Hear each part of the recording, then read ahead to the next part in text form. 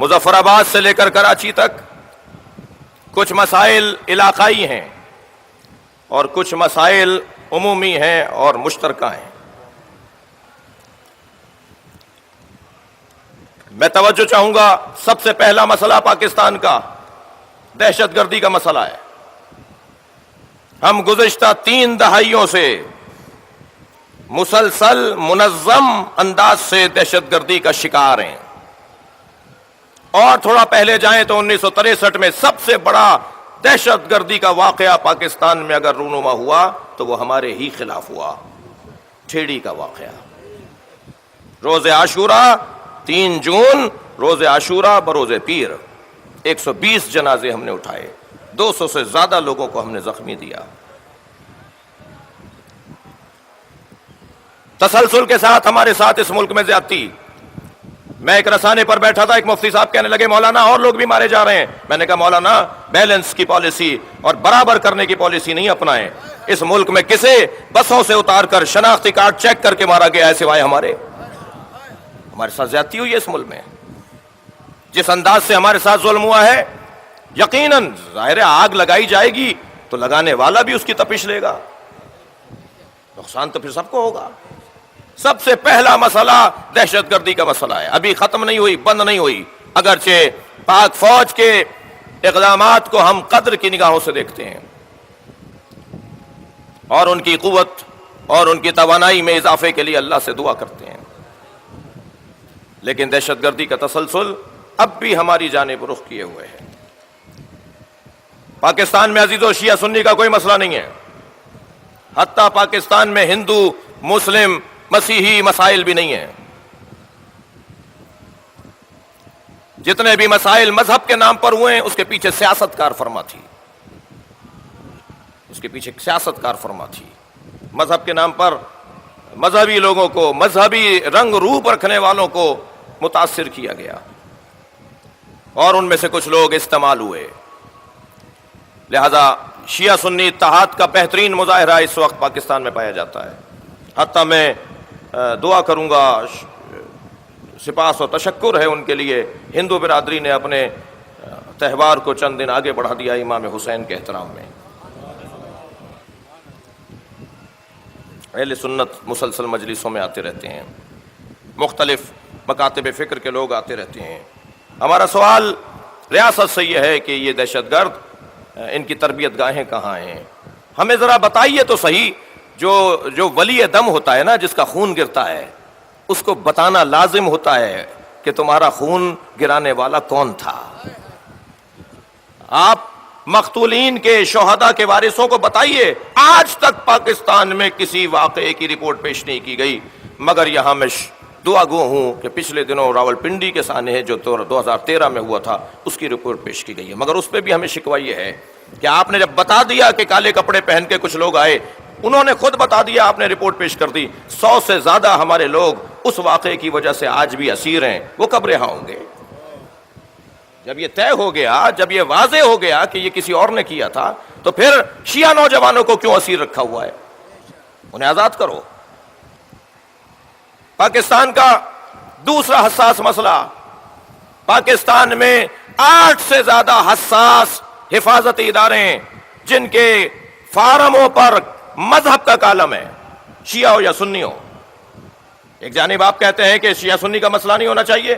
پچھلے دنوں ایک بڑی شخصیت سے ملاقات ہوئی، کہنے لگے جی ہمیں تو معلوم ہی نہیں ہوتا کہ ہمارے درمیان کون سا افسر شیعہ ہے کون سا سنی ہے. جب نماز پڑھ رہے ہوتے ہیں، جب محرم آتا ہے، جب کچھ اندازہ ہو جاتا ہے. ہمارے یہاں تو یہ مسئلہ نہیں ہے. آئیے، آپ کے اداروں میں مذہب کا کالم ہے کہ یہ شیعہ یا سنی ہے. ریاست اگر تفریق ڈالے گی، ریاستی ادارے اگر فرق ڈالیں گے اور یہ طے کرنا چاہیں گے تم سنی ہو یا شیعہ ہو، تو پھر نتیجے یہی نکلیں گے جو آج آپ دیکھ رہے ہیں. میں مذمت کرتا ہوں، مطالبہ کرتا ہوں کہ اس کو ختم کیا جائے.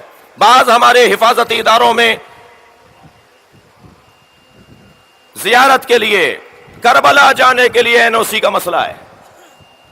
میں اس میں تفصیل میں نہیں جانا چاہتا. دوسرا بلکہ تیسرا مسئلہ میری ترتیب میں عزاداری کی ادائیگی کا مسئلہ ہے. یہ ہمارا قومی، قانونی، آئینی، شرعی، انسانی حقوق کا مسئلہ ہے. ہم ایک پاکستانی شہری ہیں, بنانے والے بھی ہیں, بچانے والے بھی ہیں, ٹیکس دینے والے بھی ہیں, محافظت کرنے والے بھی ہیں. پاکستان کا آئین تو ہمیں عزاداری سے روکتا نہیں ہے. علاقائی سطح پر افسران نئے نئے قانون بناتے ہیں اور کہتے ہیں قانون کی خلاف ورزی نہیں کیجیے گا. بھائی آپ کو قانون بنانے کا اجازت کس نے دی ہے؟ آپ وقتی طور پر, عارضی طور پر جو 1 مہینے کے لیے, 15 دن کے لیے, 30 دن کے لیے جو قانون بناتے ہیں, ہماری شخصیات کو بتاتے ہیں کہ یہ قانون ہے, اس پر عمل کریں گے, لاؤڈ اسپیکر نہیں چلے گا, یہ نہیں ہوگا, وہ نہیں ہوگا. یہ پاکستان کے آئین میں تو نہیں لکھا ہوا. میں چاہوں گا اپنی قوم کے قومیات کے افراد سے کہ ایک قانونی رستہ اپنائیں ان افسران سے متعلق, کہ آپ کے یہ جو قانون جو آپ قانون کی روشنی میں اپنا قانون علاقائی بناتے ہیں, یہ قانون کے خلاف ورزی ہے. عزاداری ہمارا انسانی, قانونی, شرعی اور شہری حق ہے, اور ہم اس کو ادا کرنے سے گریز نہیں کریں گے. لبیک یا حسین، لبیک یا حسین، لبیک یا حسین، لبیک یا حسین، لبیک یا حسین. 5واں مسئلہ 4تھ شیڈول کا مسئلہ ہے. میں خود 10 آدمیوں کو تو جانتا ہوں, اور تھوڑی تحقیق کروں گا تو شاید ان کی تعداد بڑھ جائے, جو انتہائی بزرگ, محترم, متقی, پرہیزگار, نماز شب کے پابند. جرم یہ ہے کہ اپنے شہر میں فعال ہیں, مجلس جہاں ہوتی ہے وہ پہنچ جاتے ہیں, جلوس جہاں نکلتا ہے وہ ان کی حضوری رہتی ہے, کسی کو کوئی پریشانی ہوتی ہے تو وہ اس کے حل کرنے کے لیے اپنے کردار کو پیش کرتے ہیں. نماز گزار لوگ, تہجد گزار لوگ, قاریان قرآن, متقی پرہیزگار لوگ 4تھ شیڈول میں ہیں پاکستان میں. 6واں مسئلہ مسنگ پرسن کا ہے. 100 سے زیادہ ہمارے لوگ ناپید ہیں, گم ہیں. 121 کی تعداد ہے جن کی ماں کو نہیں پتا, جن کی زوجہ کو نہیں پتا, جن کے بچوں کو نہیں پتا کہ زندہ ہیں یا مر گئے ہیں. آپ میں سے شاید کسی کی طبیعت پر اگر یہ بات گرا گزرے تو تھوڑی دیر کے لیے اپنے آپ کو ان کے وارثوں کی جگہ رکھ کے سوچیے گا. پیش کیجیے عدالتوں میں, لائیے انہیں عدالتوں میں, مجرمیں لٹکائیے. شیعہ قوم کوئی بھی فرد ان کے پیچھے نہیں کھڑا ہوگا. یہ کہاں انسانی حقوق کی پامالی کا آپ نے طریقہ اپنایا ہے؟ پامالی حقوق بشریت. پیش کیجیے انہیں. یہ ایک اہم مسئلہ ہے. مسلسل ہمیں کیا کریں عزیزان گرامی, آرٹیکل 227 کی روشنی میں 8 ادارے ایسے ہیں جس میں ہماری نمائندگی نہیں ہے. ہمارا حق بنتا ہے ملت جعفریہ کا, ملت تشیع کا حق بنتا ہے کہ ان 8 اداروں میں ہماری نمائندگی ہو 227 آرٹیکل کے تحت. اس کی روشنی میں قانون سازی میں ہماری رائے نہیں لی جاتی. نصاب تعلیم مرتب کرتے وقت ہم سے نہیں پوچھا جاتا. ہمارا بچہ بھی پڑھ رہا ہے, ہم سے بھی رائے لو. ہم نہیں کہتے کہ شیعہ دینیات علیحدہ کرو, وہ اس وقت کا مسئلہ تھا, اور سنی دینیات علیحدہ کرو. نہیں, آپ یہی دینیات بنائیے جس میں شیعہ بھی اور سنی بچہ بھی پڑھے.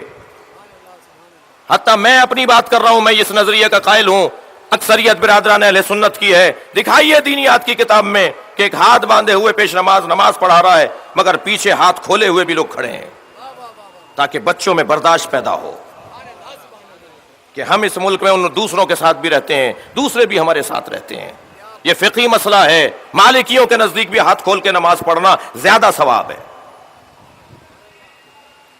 نصاب تعلیم میں ہماری رائے نہیں لی جا رہی. 100% بچے ہمارے ہوتے ہیں اسکولوں میں, جن اسکولوں کی میں اشارہ دے رہا ہوں, مگر وہ پڑھ وہ رہے ہوتے ہیں جو ان کا عقیدہ نہیں ہوتا.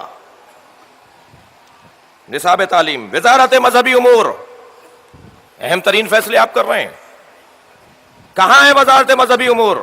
عاشورے کے دن میچ رکھ لیا جاتا ہے, عاشورے کے دن فلائٹوں کی اوپننگ رکھ لی جاتی ہے, عاشورے کے دن پاکستان کے اندر خوشی کی تقریبات رکھ لی جاتی ہیں. کہاں ہے مذہبی امور کی وزارت جو ان لوگوں کو فیصلہ کرنے سے پہلے ان سے کہے کہ آپ عیسوی کیلنڈر کے ساتھ ہجری کیلنڈر کو بھی رکھ کے فیصلے کیا کریں. یہ پاکستان ہے، مسلمانوں نے بنایا ہے. لبیک یا حسین،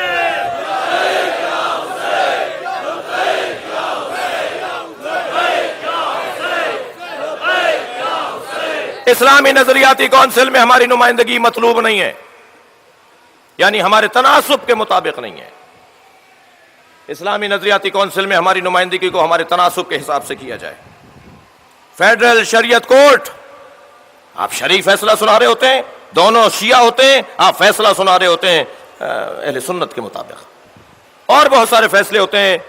ماہرین قانون تشریف فرما ہے، سن رہے ہیں میری باتوں کو، ممکن ہے میری بھی اصلاح کی ضرورت ہو، لیکن جو میں سمجھ کر آیا ہوں بات کو وہ یہ کہ فیڈرل شریعت کورٹ کے اندر ہماری نمائندگی نہیں ہے. اس وجہ سے بہت سارے مسئلے ہیں. یہ تو طے ہے کہ نہیں ہے. ہم مطالبہ کر رہے ہیں کہ ہماری نمائندگی اس ادارہ تحقیقات اسلامی تحقیقات ہو رہی ہیں پاکستان میں، اور شیعوں سے نہیں پوچھا جا رہا. وہ کون سا اسلام ہے جو علی کے بغیر ہے؟ وہ کون سا اسلام ہے جو اہل بیت کے بغیر ہے؟ آپ کی طبیعتوں پر گرا نہ گزرے تو ایک جملہ سنیں، تاریخ اسلام اور ہے، تاریخ مسلمان اور ہے. تاریخ مسلمان میں جلاد ملیں گے، ظالم ملیں گے، جابر ملیں گے، اور تاریخ اسلام میں اہل بیت ملیں گے. اسلامی تحقیقات ہو رہی ہیں اور شیعوں کو اس میں رائے دینے کا حق نہیں ہے. گلگت بلتستان کو قانونی صوبائی آئینی مکمل حق دیا جائے. آپ نے ایک ظاہری طور پر صوبے کا اعلان کیا ہے، وہ پورا صوبہ نہیں ہے، اسے اور صوبوں کی طرح حقوق نہیں ہے. اسے مکمل حقوق دیے جائیں قانونی اور آئینی جو ایک صوبے کے ہوتے ہیں. مقبوضہ کشمیر میں آج بھی اور کل آنے والے عاشورہ کے دن بھی جو عزادار پریشان ہیں، سنی مسلمان پریشان ہیں. پچھلے دنوں، پچھلے مہینوں کتنا ظلم ہوا ہے مقبوضہ کشمیر میں. روہنگیا مسلمانوں کو نہ فراموش کیجیے گا. ہم مولا علی کے چاہنے والے ہیں. مولا نے ہمیں وصیت فرمائی ہے، کونا للظالم خصما وللمظلوم عونا.